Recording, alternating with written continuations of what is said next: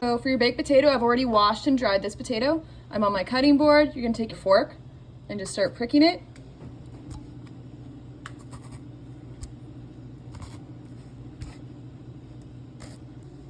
All right, so we've stabbed our potato. Now we're gonna take our foil and place our potato on top of the foil like so.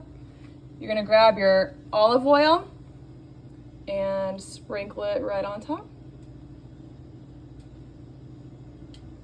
I like to use my hands and massage it in. I have a pinch of salt in my hand. You're just gonna sprinkle it on top of your potato and wrap it up in foil to make sure none of the juices get out. Now it's ready for the oven.